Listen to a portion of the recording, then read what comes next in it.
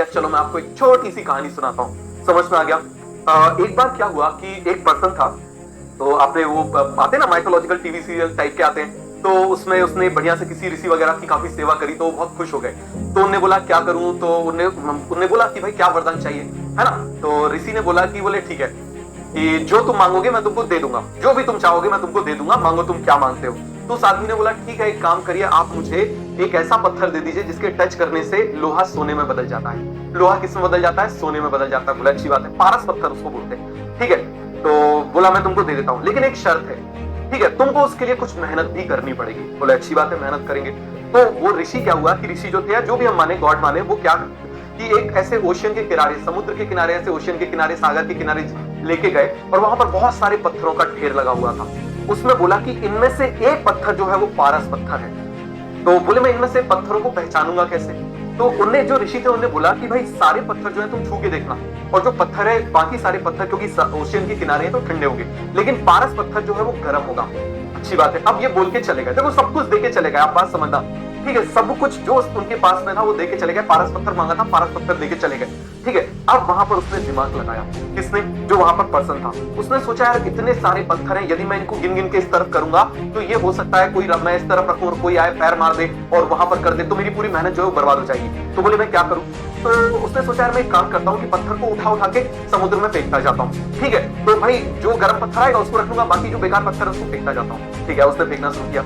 एक दिन हो गया, 2 दिन हो गया, एक हफ्ता हो गया, 1 महीना हो गया, 6 महीने हो गए, 1 साल हो गया, 2 साल हो गया। समझ में आ गया क्या करता था? पत्थर उठाता था, फेंक देता था, पत्थर उठाता था, फेंक देता था, पत्थर उठाता था, फेंक देता था। सभी को समझ में आ गया। अब क्या हुआ कि जैसे उसके हाथ में एक बार वो पारस पत्थर आया और उसने भी उसको फेंक दिया। क्यों? क्योंकि 2 साल से उसकी आदत बनी हुई थी कि जो हाथ में आया उसको फेंकना है, तो उसके हाथ में जब पारस पत्थर आया उसको भी उसने फेंक दिया।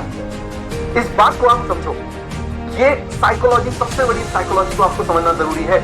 आपको बचपन से आपके घर में, आपके परिवार में, रिलेटिव्स के बीच में बोला गया है you are not worth it, आप किसी काम के नहीं हो, आप कुछ नहीं कर सकते। अरे चलो तुम डॉक्टर बनना चाहते हो, बायो दिया है, उसके 99% से फिर भी नहीं हुआ, तुम ऐसा कर पाओगे? तो ये जो आदत है तुम्हारी, इतने 12-15 साल से तुम्हारी आदत बनी हुई है, सबने तुम्हारे दिमाग में कंडीशनिंग कर दी है कि तुम गधे हो।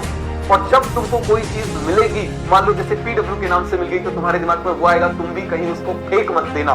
समझ में आ गया? उसी पर्सन की तरह फेंक मत देना, क्योंकि ये वही पारस पत्थर है, नाम भी पीडब्ल्यू पारस पत्थर, जो तुम्हारी किस्मत बदल सकता है। बट याद रखना, इसके लिए तुमको उन आदतों को तोड़ना पड़ेगा, तुमको उन जंजीरों को, बेड़ियों को तोड़ना पड़ेगा, उस आदत को तोड़ना पड़ेगा, हर उस इंसान को तोड़ना पड़ेगा जिसने बोला था तुम कुछ नहीं कर सकते।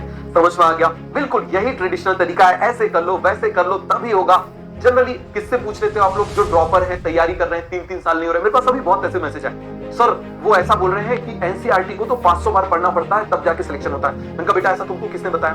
बोले हमारे एक भैया है। मैंने कहा अभी वो क्या कर रहे हैं? सर उन्होंने 5 साल ड्रॉप लिया था, उसके बाद अभी वो बीएससी कर रहे हैं। मैंने कहा वाह। मैंने कहा उन्होंने 500 बार पढ़ ली? बोले हाँ उन्होंने 500 बार पढ़ ली थी। तो फिर मैंने कहा मेडिकल कॉलेज में क्यों नहीं है? कोई जवाब नहीं था। तो इसीलिए इस बात को समझो। समझ में आ गया? जो आपको मिले उसको करते जाओ, कहीं ऐसा ना हो कि पारस पत्थर आए और आप उसको फेंक दो।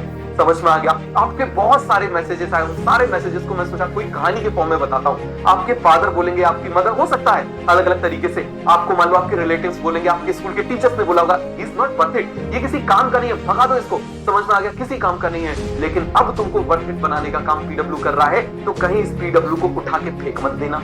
समझ में आ गया? क्लियर हो गया? चलो आगे बढ़े।